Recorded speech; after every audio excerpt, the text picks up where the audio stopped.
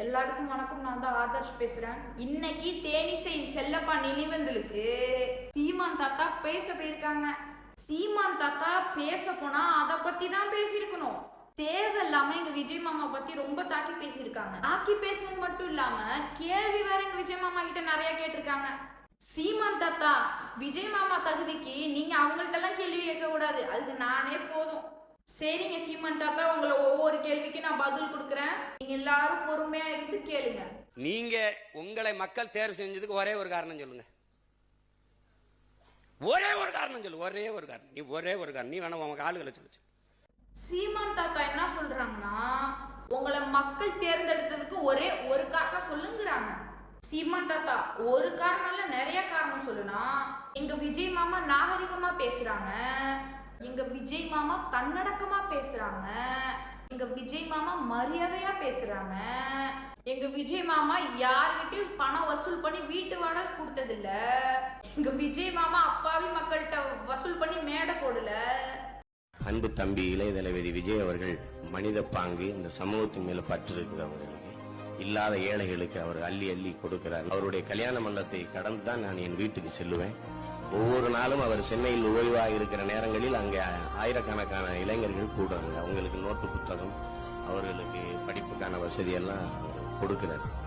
அப்புறம் இன்னும் ஒரு நல்ல பழக்கம் அவர்கிட்ட இருக்கு. ஏதாவது ஒவ்வொரு பண்டிகை காலங்களிலும் ஏதாவது ஒரு கிராமத்தை தேர்வு செய்து அங்கே மக்களை போய் நேரடியாக சந்திக்கிற பழக்கம்.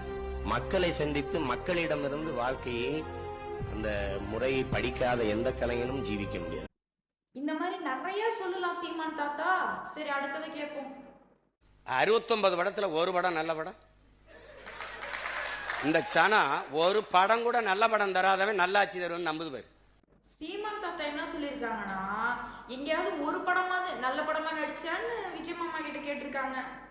சீமான் தாத்தா, உங்களுக்கு ஞாபகம் இருக்கா? பகலவன் பகலவன் எங்க விஜய் மாமா தான் நல்ல படமா நடிக்க மாட்டாங்களே. அப்புறம் எதுக்கு சீமான் தாத்தா எங்க விஜய் மாமா வச்சு பகலவன்னு படம் எடுக்க நினைச்சீங்க? இந்த படம் எடுக்க எங்க விஜய் மாமா கிட்ட கால் ஷீட் கேட்டு தொங்கிட்டு இருந்தீங்க, ஞாபகம் இருக்கா? எங்க விஜய் மாமா உங்களை சந்திக்கே விருப்பம் இல்லை, உங்களை தள்ளி விட்டுட்டாங்க. இந்த கடுப்புல போய் சிம்பு வச்சு நடிக்கலான்னு சிம்பு கிட்ட பேசினீங்க. சிம்பு அங்கிளும் உங்களுக்கு கால் ஷீட் கொடுத்துட்டாங்க. ஆனா உங்க வாய் தான் சும்மா இருக்காது. அண்ணாவுக்கு எம்ஜிஆர், அண்ணனுக்கு நீ தாண்டாடு ஒரு மேடையில ஒரு டெய்லாக்க பேசுனீங்க. இத பார்த்த சிம்பு அங்கிள் கால் ஷீட் கொடுக்க முடியாதுன்ட்டாரு. சீமான் தாத்தா தம்பிங்களா, ஆதாரம் இருக்கு, போட்டு விடுறேன், கொஞ்சம் பாருங்க. தம்பி விஜய் வச்சு ஒரு படம் இயக்கலான்னு இருக்கேன். அது அந்த வேலைகள்லாம் நடந்து கொண்டு இருக்குது. சினிமா மூலமா நீங்க எதுவும் புரட்சி ஏற்படுத்துவீங்களா? திரைப்படம் ஆமா, நாங்க அப்படிதான் செய்யறோம். தம்பி எல்லாம் நல்ல கருத்துக்களை சொன்னோம். பகலவன் ஒரு படம், இது ஒரு ரொம்ப நல்ல புரட்சிகரமான படம் தான். விஜய் வந்து பகலவன் படத்தை போஸ்ட் கொடுத்துருந்தீங்க. அது அந்த படம் எந்த அளவுக்கு இருக்கு? ஹீரோ வந்து உங்களுக்கு கால் ஷீட் கொடுக்கலையா, இல்ல நீங்க எடுக்க? இல்ல அது வந்து நானும் தம்பி இணைஞ்சு பணி செய்ய முடியாத சூழல் உருவாயிருச்சு. அப்புறம் நாங்க அமைதியா பிரிஞ்சிட்டோம், அண்ணன் தம்பியாவே பிரிஞ்சிட்டோம். படம் இயக்கல. நான் அந்த படத்தை இயக்குனா சிலம்பரசனை வச்சு இயக்குவேன். தமிழ்நாட்டின் சூப்பர் ஸ்டார் இனிமே என் தம்பி சிலம்பரசன் தான்.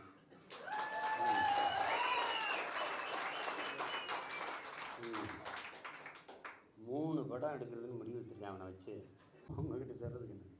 டேய், அண்ணாவுக்கு எம்ஜிஆர்ரா, அண்ணனுக்கு நீண்டான்ட்டேன். சரி, பாத்துட்டீங்களா? அடுத்தது என்ன பேசிருக்காருன்னு கேட்போம். இதுதான் பீகார்ல நடக்குது. அவன் தேர்தலுக்கு முன்பு சொல்லல, தேர்தலுக்கு பிறகு 10 மாவட்டத்தில் தண்ணீரில் யுரேனியம் கலந்திருக்கு, எடுத்து குடிக்காத தாய்ப்பால் நஞ்சு கலந்து பிறக்கிற குழந்தை குறையோடு பிறக்குது. கேட்டுக்கிட்டீங்களா? தண்ணியில யுரேனியம் கலந்திருக்கான். சீமான் தாத்தா, யுரேனியம் கலந்தது. ஆனா எப்போ கலந்தது, எங்க கலந்ததுன்னு தெரியுமா? சீமான் தாத்தா நினைச்சிட்டு இருக்காங்க தொழிற்சாலை மூலமா தான் யுரேனியம் கலக்குதுன்னு. இதுக்குதான் சொல்றேன், படிங்கடா படிங்கடா படிங்கடான்னு. இவங்க சொல்ற எல்லாத்துக்கும் கை தட்டாதீங்க. யுரேனியம் தொழிற்சாலை மூலமா கலக்கிறது ஏதோ 5-10% தான். ஃபேக்டரியில இருந்து வர கழிவை பாதுகாப்பா தான் சேமிச்சு வச்சிருப்பாங்க. இதுல அரசாங்க கவனக்குறைவால சரியா பராமரிக்காம வச்சுக்கிறதுனாலதான் இப்படி நடக்குது. சரி, இப்ப விஷயத்துக்கு வருவோம். தண்ணியில யுரேனியம் கலந்திருக்குங்கிறது இப்ப நடக்கல, 2009 நடந்திருக்கு. அது எங்க நடந்துச்சுன்னா, பஞ்சாப்ல மல்வாங்கிற ஒரு ஏரியால நடந்துச்சு. அந்த யுரேனியம் கலந்த தண்ணி ஹரியானா மாநிலம் வரைக்கும் போயிடுச்சு. அந்த யுரேனியம் கலந்த தண்ணி எந்த தொழிற்சாலை மூலியமா வரவே இல்லை. அது இயற்கையாவே பாறையில உள்ள யுரேனியம் கலந்து வர ஆரம்பிச்சுட்டு. உங்க சீமான் தாத்தா சொல்றாங்க மலை பாறை மலை பாறைன்ற அந்த பாறையில இருந்து தான் வந்துச்சு. நான் என்ன சொன்னாலும் உங்க மண்டைக்கு ஏற போறது இல்ல. எப்படியா இருந்தாலும் எனக்கு கமெண்ட்ல திட்டுவீங்க. சரி, அடுத்ததை கேட்போம். மண்டேலா மாதிரி 27 ஆண்டு சிறையில் இருந்து வந்திருக்காப்ல. எண்ணற்ற தியாகங்கள், எண்ணற்ற வழக்கு, பல சிறை கொட்டடிகள், அனுபவம். அப்புறம் 200 கோடியில் 100 கோடியை சல்மான் மாதிரி வாங்குற சம்பளத்தை பாதிய மக்களுக்கு கொடுத்து கொடையா கொடுத்து மக்களின் இதயத்தை வென்று வந்துட்டாப்ல. சீமான் தாத்தா என்ன சொல்றாங்கன்னா, எங்க விஜய் மாமா மக்களுக்காக சிறைச்சாலை போயிட்டு வந்ததாகவும் சினிமால நடிச்ச பணத்தெல்லாம் மக்களுக்கு கொடுத்ததாகவும் சீமான் தாத்தா ஒருமையில பேசுறாங்க. சீமான் தாத்தா, நீங்களும் நடிச்சீங்களா, நீங்களும் பணம் ஈர்க்குனீங்களா, அந்த பணத்தை எந்த மக்களுக்கு கொடுத்தீங்க? அடுத்தது சிறைச்சாலையா? நீங்க எந்த சிறைச்சாலைக்கு போனீங்க ஞாபகம் இருக்கா சீமான் தாத்தா? அதை என் வாயில சொல்லக்கூடாது, இருந்தாலும் பட்டுப்படாம சொல்றேன்.